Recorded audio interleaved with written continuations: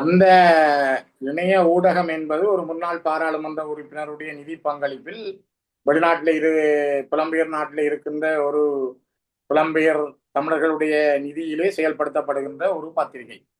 அந்த பத்திரிகையினுடைய ஆசிரியருக்கு நான் நினைக்கிறேன், அவரை பொறுத்த வரைக்கும் அவர் ஏதோ ஒரு வகையில உளவியல் ரீதியாக குறிப்பிட்ட அந்த பத்திரிகைக்குரிய சொந்தக்காரருக்கு எதிரானவர்களை அடித்து நொறுக்க வேண்டும், அல்லது அவர்களை உளவியல் ரீதியாக பின்தள்ள வேண்டும். எந்த நாளும் அவர்களுக்கு டோர்ச்சர் கொடுத்து கொண்டே இருக்க வேண்டும். அப்ப அவர்கள் தங்களுடைய பாராளுமன்ற, குறிப்பாக ஸ்ரீதரன் என்றால் அவரது பாராளுமன்ற அமர்வு பற்றி அல்லது பாராளுமன்றத்தில் என்ன பேச வேண்டும், மக்களுடைய பணிகள் என்ன முன்னெடுக்கப்பட வேண்டும், கட்சி ரீதியாக பாராளுமன்ற குழு ரீதியாக என்னென்ன விடயங்களை சிந்திக்க வேண்டும் என்பதை சிந்திக்க விடாமல் அவரை எந்த நேரமும் சதா ஒரு பிரச்சனைகளுக்குள்ளேயே மூழ்கடித்துக் கொண்டிருக்க வேண்டும் என்கின்ற அந்த உளவியல் நடவடிக்கை தெரிந்தவர்கள். அதனால்தான் அவர்கள் 2 நாட்களுக்கு முதலே தங்களுடைய பத்திரிகையில் இதனை வெளியிட்டிருந்தார். அவர்களுக்கு அந்த செய்தியை வழங்கியவர்கள் யார் அப்படி என்றால், அந்த செய்தியை வழங்கியவர்கள் கூட ஒரு முன்னாள் பாராளுமன்ற உறுப்பினர், இந்நாள் பாராளுமன்ற உறுப்பினர்கள் கூட்டாக அவர்கள் நடத்துகின்ற செயல்பாடு என்பது மிக தெளிவாக தெரிகிறது. ஆகவே நேற்றைய தினம் அவர் முறைப்பாடு செய்த பிறகு இன்றும் கூட செய்தி அவர் முறைப்பாடு செய்திருக்கிறார் என்று அந்த பத்திரிகையில் செய்தி வந்திருக்கிறது.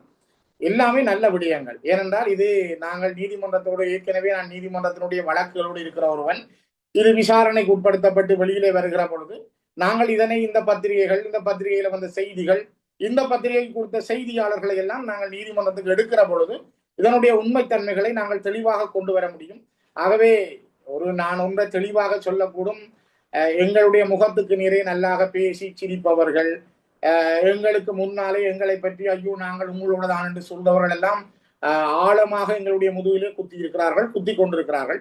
அந்த ஆழமாக குத்துகின்றவர்களுக்கு நான் ஒன்றை தெளிவாக சொல்லுகிறேன்.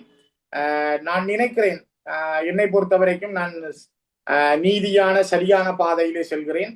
அந்த பாதையை மக்கள் சரியாக எனக்கு தந்திருக்கிறார்கள். காலம் அவர்களுக்கு சரியான தண்டனையை, அல்லது அவர்கள் ஏதோ ஒரு நோய்வாய்ப்பட்ட படுக்கையில இருக்கிற காலத்தில் கூட அதை உணர்கின்ற காலம் வரும். எல்லா மனிதர்களும் வெற்றி பெற்ற மனிதர்கள் அல்ல, எல்லா மனிதர்களும் சாதித்து விட்டு போறவர்களும் அல்ல, எல்லாருமே யாரையும் வீழ்த்தி விட்டு போறவர்களாகவும் இருக்க முடியாது. ஏனென்றால் வரலாற்றிலே மனிதர்கள் எப்பொழுதும் நான் செய்ததுக்கான தண்டனையை சமகாலத்திலே அனுபவிப்பதை கண்ணால் பார்த்திருக்கிறோம். அவை அவரவர் செய்கின்றது நல்லதா கெட்டதா என்பதற்கான விடை விரைவாக அவர்களுக்கு கிடைக்கும்.